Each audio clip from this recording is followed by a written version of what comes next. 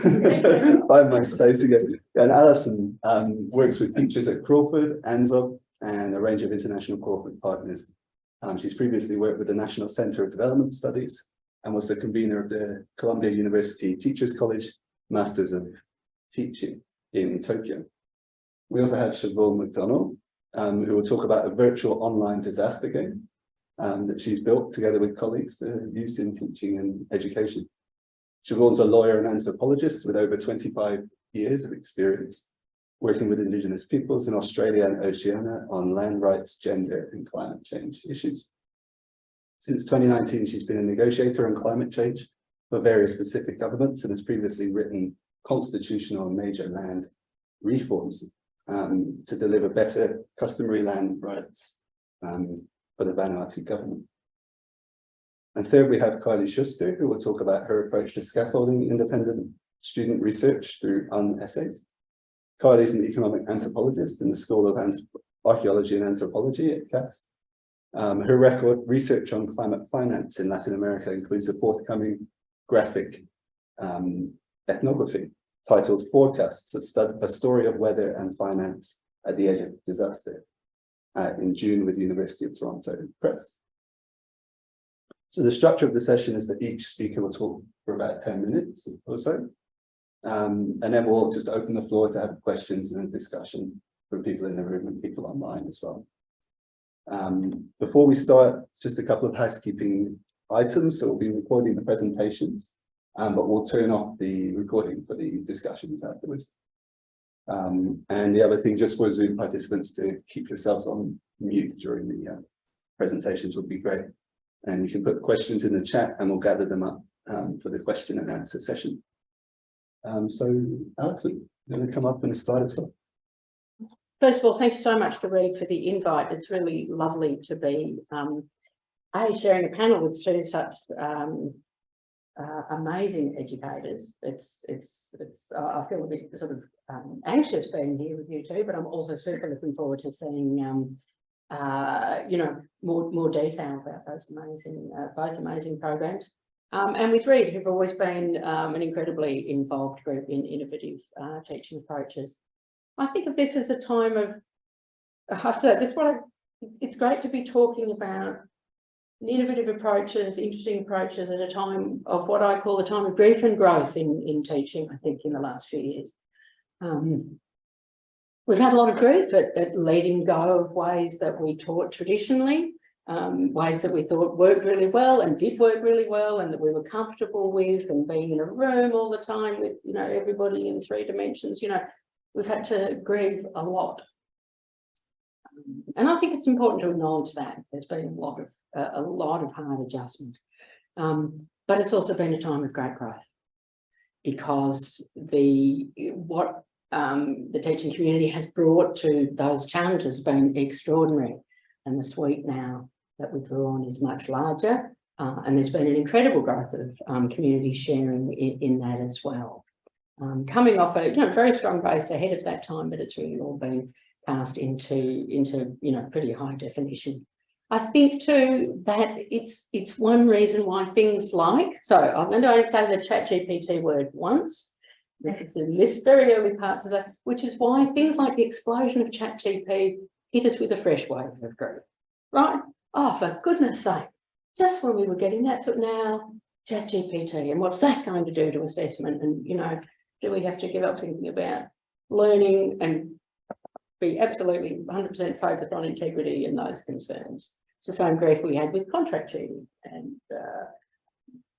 lots of, these repeated ways. But I think it is hit particularly hard for that reason, that there's, that sense of not having stability. So it's lovely to be, let's talk in a positive space about authentic assessment and where that can offer some growth. Lessening of the grief. So, what is it? Now, there's a massive literature on what it is. So I'm going to just pick out a really clear, tight definition here. It comes most broadly from this approach that says, well, we're going to connect what's learned in the class to how it might later be used. That's the biggest doorway that we go through thinking about authentic assessment. which means absolutely that it's fundamental to the mission of a professional school like this, where we are preparing people to engage, broaden, widen their careers. I saw Gail has a lovely term, not just lifelong learning, life-wide learning, and it sits us in that space.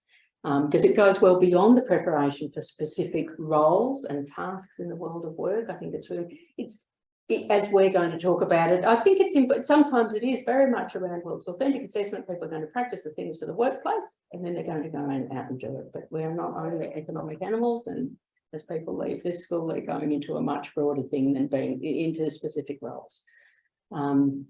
So against that context, it's the application of skills, knowledge, capacities, or qualities. I quite like often to think of those as qualities that are being developed to real world, and this is problematic, problems, settings and decisions. That's what happens most broadly during authentic assessment. Why? Why would we do that? All right. It's easy, and things like ChatGPT to me spin us right back to, I said it again, I said I wouldn't. Some concerns about assessment take us right back to one part of assessment, which is of course assessment of learning, right? You know, all of that, you know, did they learn it? Did they not learn it? What grade can I give? All of that stuff. Okay, but this is a much broader and more interesting world, which is assessment as learning.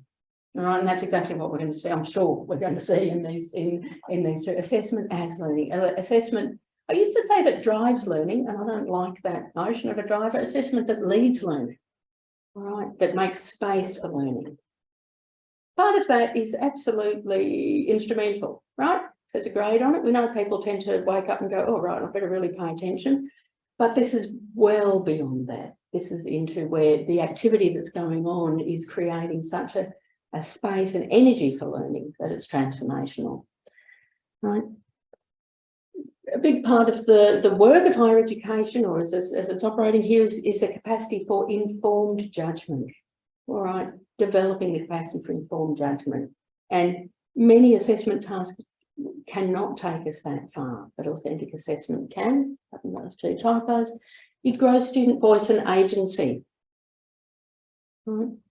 Think of the situation as a student who, you know, we set a question, you know, what do we think about blah, this thing? They go on to Google. They used to go on to Google. Now they might go on to other places as well. It's 50 answers available.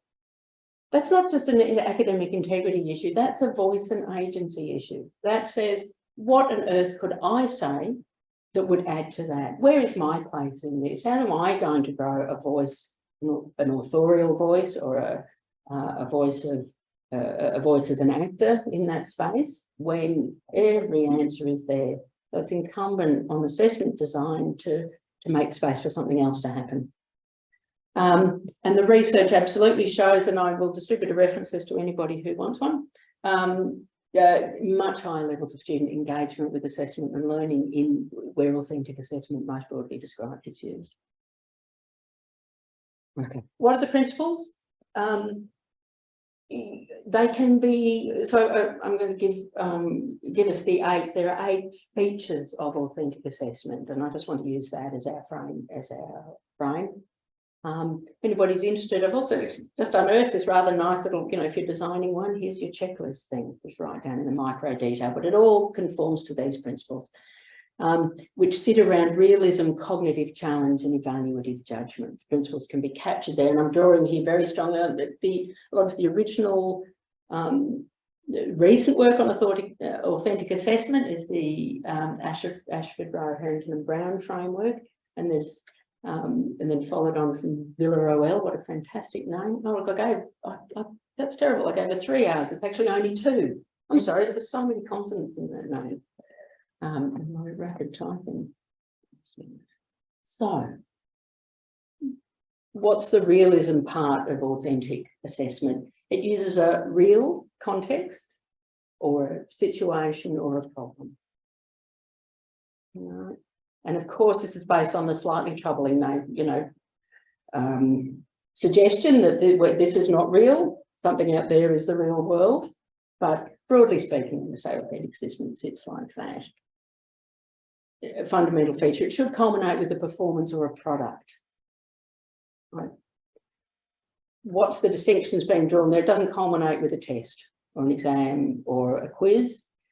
Right, at this point, there's a performance, some sort of in real time performance or a thing. Okay. And it always values collaboration, including potentially communication and teamwork. There's a high level of cognitive challenge. So it's not about, which is not to say every piece of assessment, of course, wouldn't be, you know, it doesn't fit in this model. There are times when we want to say, are we across that reading? We're clear about it. It's not that. But when we're in these pieces, they're absolutely challenging, requiring higher order thinking.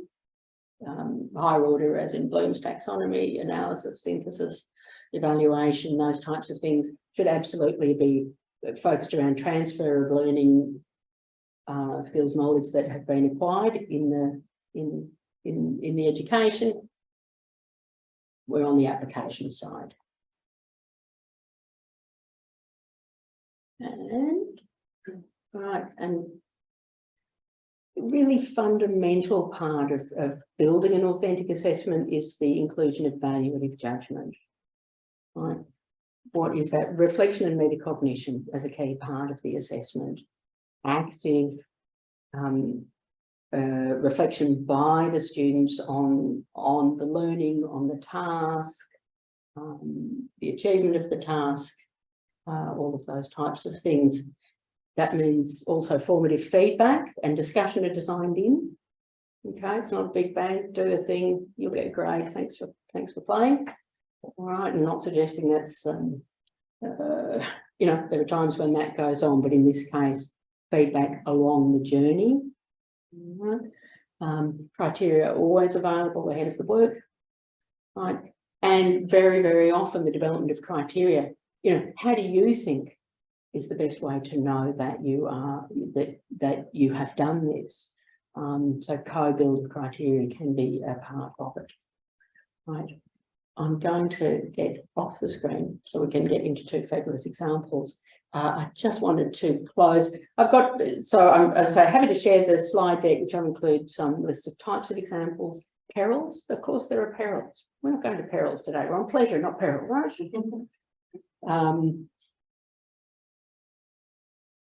Authentic assessment sits absolutely beyond, well, let's just prepare you to work in the real world. And I love this quote from MacArthur. It's more than joining the world of real work out there. It's being, sorry, part of the transformation of that world.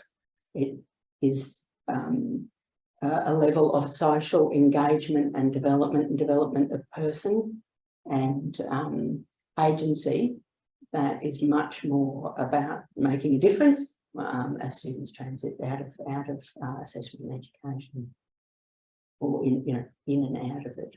So let's hear from the people who really know how to do it. I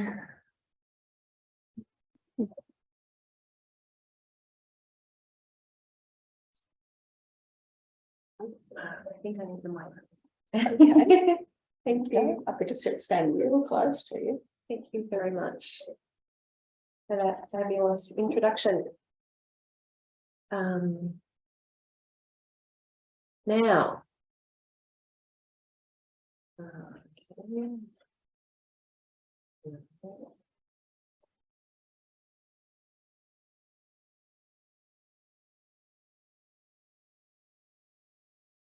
Which screen would you look at? I want the one that I can put my wall side onto. Should I start with this one?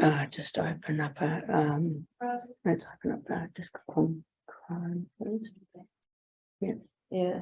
And then you get your wattle side up there. Yeah. Okay, and go back this. Yes. So there's You'll have to stop the share for a sec. it's not being shared. Try again. It's not you need Just to need to click click on the Chrome, then that's. Yeah. No, on Zoom. on the thing. On the, wait a second, That, on here. Yep. yeah. Yeah. Perfect. Yay. Fabulous. All right. Thank you so much, Alison, for that very lovely introduction. I also want to acknowledge that we're on Ngunnawal Lambury land, land that was never ceded. And I'd also like to acknowledge today that a lot of the inspiration for how I built this game comes from two of the colleagues in the room, from Sango Mahanti and from Colin Filer, who built a resource game into the land rights and resource component course that Colin and I are still teaching to this day. So that is really the inspiration for why I went ahead and built a whole second game, is because I'm really convinced that this is a very powerful teaching kind of set of materials. And I want to convince you of that as well. They take a while to build, particularly on the scale of what I ended up building, but don't let that intimidate you. I think you can do it on a much smaller scale as well. The reason that I think it's so incredibly important is because it fulfills all of those criteria of authentic assessment. And what you're really doing is you're taking students out of the classroom and you're creating a virtual world around them where they can start to engage in what are very complex policy-making dynamics. It's one thing to teach that, it's a whole other thing for students to try and play that out in real life. So let me show you what that looks like. So the way this works is it is set on the beautiful island of Afate in a collection of villages. So students are located in one of 3 or 4 villages. I change the number of villages depending on how many students we have in the course. I've taught it to 100 students, which nearly broke me when we had this huge, massive intake in Crawford one year during COVID. But mostly I get around 50 students who do the disaster management course with me and who play the game. So students are broken into one of 3 villages or one of 3 or 4 fabricated NGOs that I make up. Across the villages are cross-cutting issues. So as well as being a villager, you're also a member of the Disability Association, the Women's Church Group, or the Afate Council of Chiefs. And this is to start really pulling through these issues of what does it mean to do inclusive disaster planning and post-planning relief efforts. There are tensions in villages, there are tensions in communities. How do they play out? What is the real politic? The whole course is about the politics of disaster in the age of the Anthropocene. What does it look like on the ground? And what makes this so powerful is this is really informed by lived experience. So this year, I went and worked for the Vanuatu government on resettlement issues following the 2 cyclones that hit Vanuatu in a 72-hour period. So I work in this space, I write in this space, I do the work of the space, and we pull all of those resources into the game.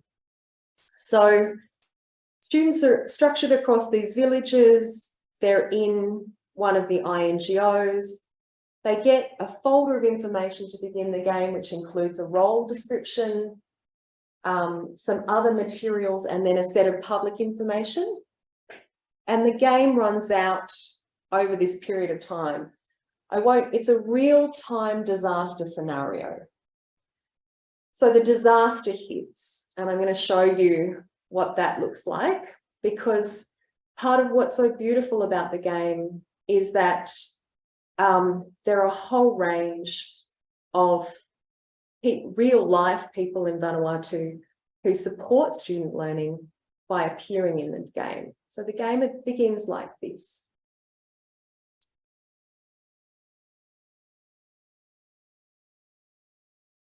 If it will work properly. Hello, my name is Ralph Regan-Banu, and I'm currently the Leader of the Opposition in the Parliament in Vanuatu. And I've known Dr. McDonnell for a long time, worked together.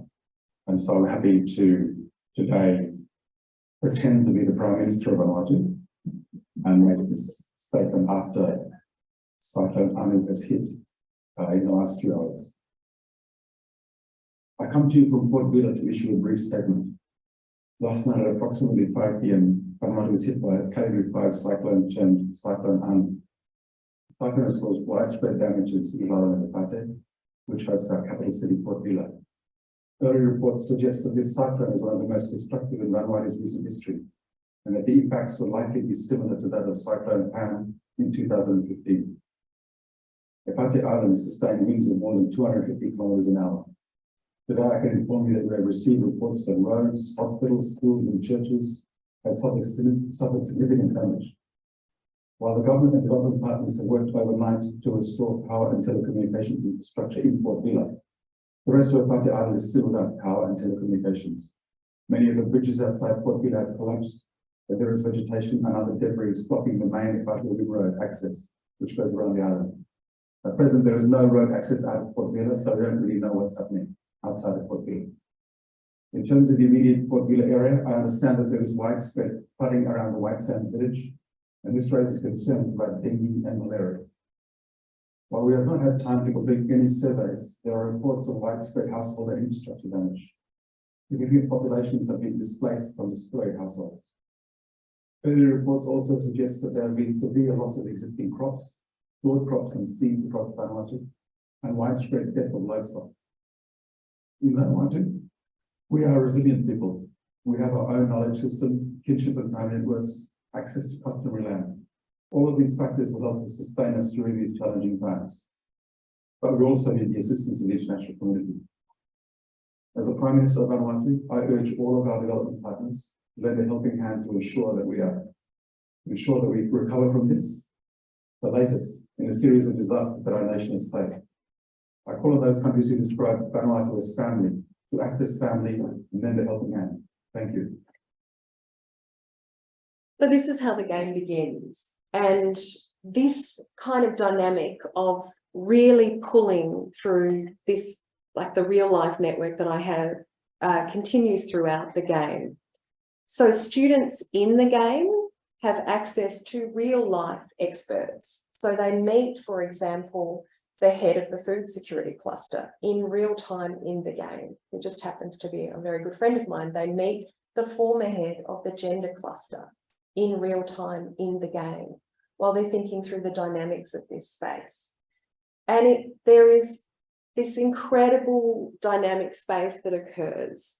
And what happens increasingly in the disaster management course is there's a huge number of practitioners that come into the course. So often at least a third of the people in the course are practitioners in the disaster or the international humanitarian field. So we've had the former head of resettlement for Red Cross who's done the course. We've had a whole range of these people, and there's something that's quite extraordinary that happens when they get located in villages, because I would never put them in an INGO, right, as part of the game. And all of a sudden it's 3 days into the game and they haven't received any food.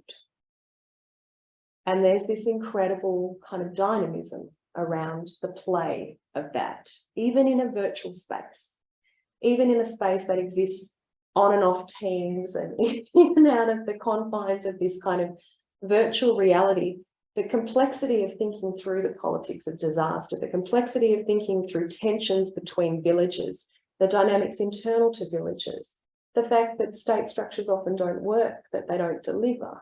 You know, there's this complex politics to all of these scenarios. And then there's big geopolitical questions, right? You know, Vanuatu emits no carbon. It's dramatically impacted by these climate change events that are occurring with increasing regularity. One of the INGOs in the game is a local INGO deliberately placed there that privileges Indigenous knowledge perspective. So there's this whole dynamic around the valuing of Indigenous knowledge within the game. There's alternate ways of thinking, there's alternate ontologies that present. There's chiefs and chiefly structures. I mean, it is really about embracing the complexity of those spaces and thinking through what it is then to do disaster planning and relief efforts in that space. And then the really beautiful part of this in terms of managing the kind of assessment, and the reason why I don't worry at all about AI or chat GPT, is that the whole basis of assessment in the course, like the land rights course, is reflective essay writing. So you've done 6 weeks of me teaching you materials into the course, then you do the game, then your final essay is exploring the course content in relation to your experience in the game. So no, no chat GPT program can generate that for you. As a villager, here are some of the tensions that I faced, and this relates to the idea of inclusive disaster planning in these ways. The concepts of resilience, the concepts of vulnerability, ideas of political ecology like this, right? And those reflections can be so powerful. And students take themselves through that process of building into that area of reflection. So I'm just going to leave it there and say that I'm, feel free to email me or have a chat if this is an area of interest to you. Obviously, Sango and Colin have a huge amount of experience in this space. It's something that's been, developed across the RE&D team, really. Yeah, I think it's a platform that really works online. We've had Alison reflect on the kind of grief associated with the changes and the transformations to teaching, but this is something that I think really works. So I'll just leave it there.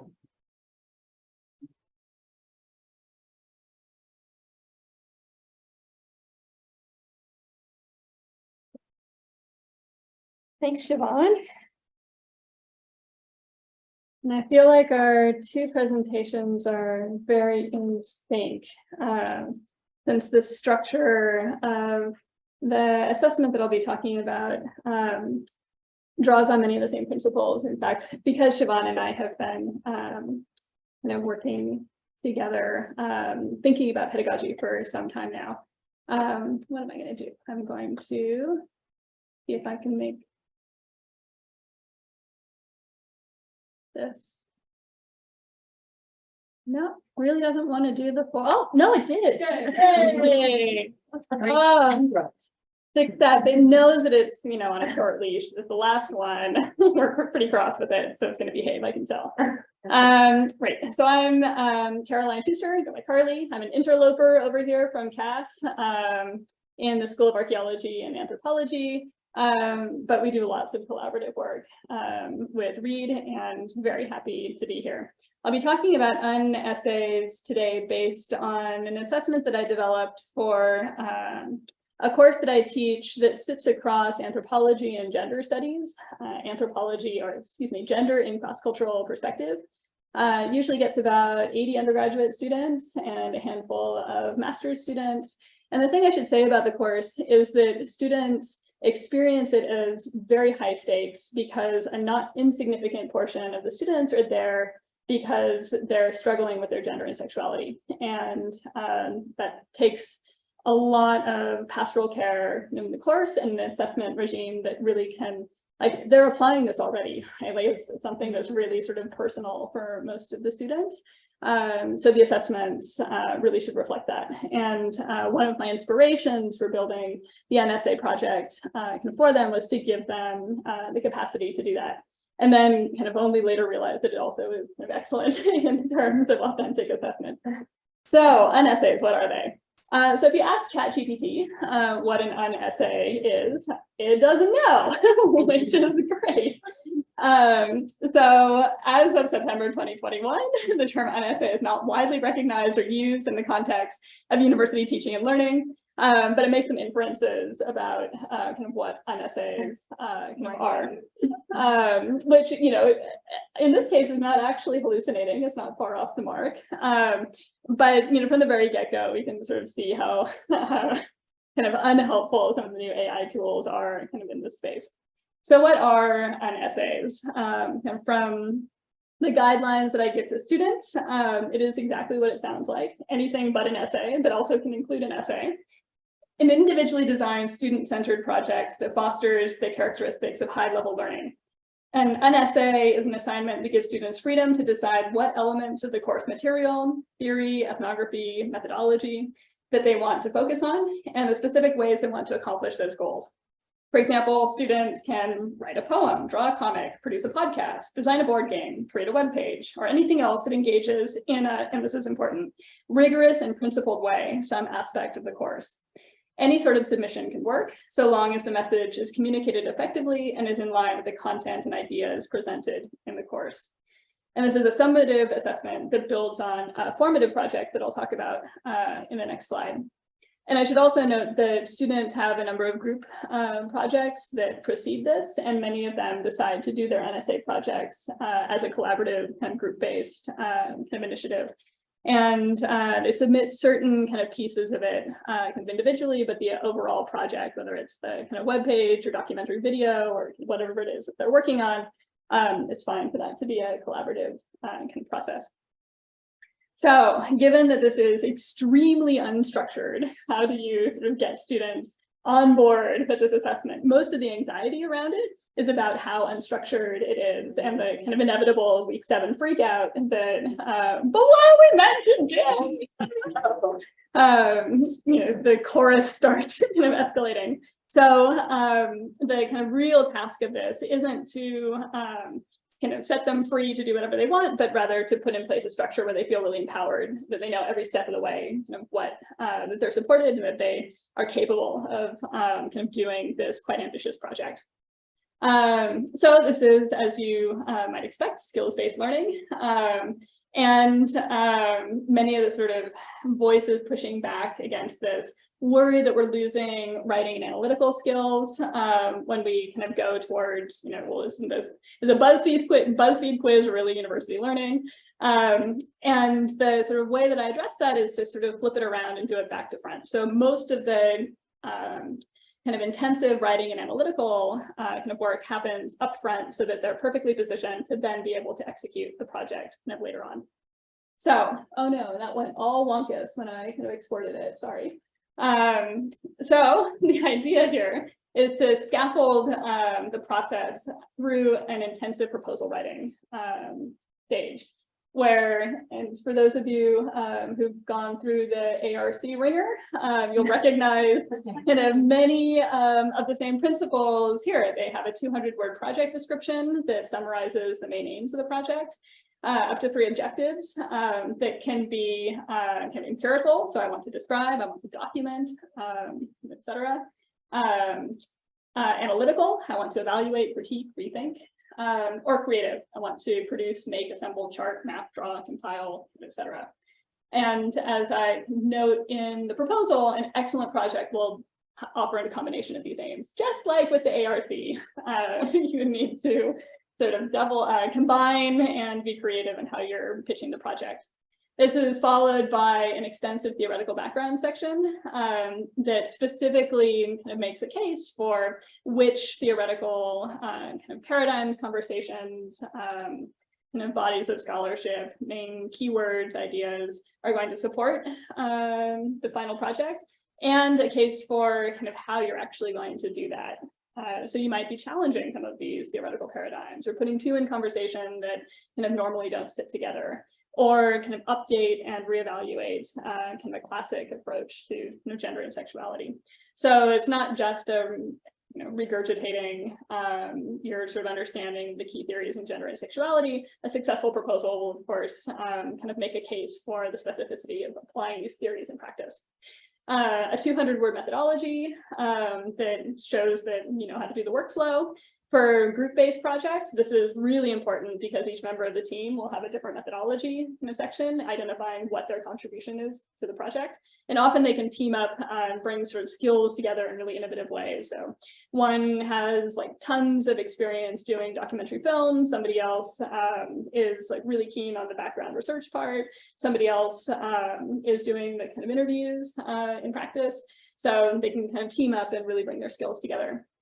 And a really important part of the proposal is a statement of contribution that explains how this particular project, the BuzzFeed quiz or the comic or the game or whatever, is actually going to address gender and cross-cultural perspective. So this is starting the reflexive kind of part of the project where you're kind of analyzing and interpreting your own kind of learning journey and assessing how you made the choices that you made and why you kind of went about it in this particular way. So these proposals come to me, and they also go into a Wattle workshop tool where you get feedback from 2 other peers. It's ungraded, the feedback, but we do a lot of talking in class about what good feedback looks like, what sort of feedback is helpful, and students really kind of value that part of the project. Kind of cognizant of time, kind of rocketing right along. This is all, again, with the sort of don't hide your cards, kind of laid out in a rubric so that they know kind of exactly how the proposal is being kind of marked, what aspects to emphasize, what a good proposal looks like. And you can sort of refer back to that throughout the NSA kind of production process. If they're kind of realizing that they're weak on one area from the proposal, there's clear guidance about how to boost that. So, again, using kind of ChatGPT, it actually is super useful in the kind of methodology and workflow, like project design. So there's uses for AI. If you want to kind of learn a new skill, dive into something kind of different, kind of learn a sort of technical process that you didn't know about before, things like large language models are amazing for feeling empowered to be able to do that. But then again, it's sort of in a co-pilot supportive role, right? You're not using it to kind of seek out kind of answers for a test or quiz. For in this example, you can like learn how to make a digital timeline, and it'll walk you through step by step what it thinks a good process would be. It might make it a lot less scary for students to kind of approach a totally new project design if they know that they've got somebody, in this case, a digital assistant, who's helping them kind of along the way. And you can see as you sort of chuck it into kind of ChatGPT, a clear workflow is something that we can all benefit from. And students, I think, could probably use AI tools in really productive ways in order to kind of develop these sort of skills. And if you wanted to kind of learn how to make a Python script that will kind of analyze your kind of database that you've produced and contribute to the general output, that's great. Like, this is exactly what these large language models are designed to do. So in terms of supporting student learning, all systems go, but in terms of the actual analytical thinking, project building, coming up with a concept and the design, it's obviously not going to be particularly useful for that. So that's kind of it. These are a couple of examples of like some of the essays. One student kind of went on and published the short story that he wrote in Island magazine as fiction. Another student, like this is one of my kind of favorites, she was sort of in the middle of 2 weddings throughout the semester, and like very different, right? Like sort of like queer, genderqueer wedding that was trying to subvert a whole bunch of kind of norms about domesticity, marriage as an institution, and a very sort of conventional kind of heteronormative marriage. And so she made this zine handbook about how to have an unwedding based on her kind of experiences. And that sort of drew on many of the core concepts and theories from the course. So I think that that's it. Oh, I should say the last thing I should say is that grading these sort of outputs is virtually impossible, right? It's comparing apples and hammers. Like you have no idea, what you're going to do with one to the other. So what I do is mark them based on the proposal. So did you do what you set out to do? And in fact, did you sort of exceed your expectations? Did you produce something that looks like what the proposal kind of generated? And then actually the bulk of the assessment is a 1,000-word reflective statement that, again, sort of turns that back around to think about how this product that they produce in the end actually impacted their learning journey. Many of the international students particularly love this because they'll translate it into their home language and share it with kind of friends and family back home. And as a way to also kind of bring some of the core insights around gender and sexuality that we're all sort of learning here at ANU back to kind of communities abroad. So with that, I'll wrap up and let's do a Q&A. Thank you.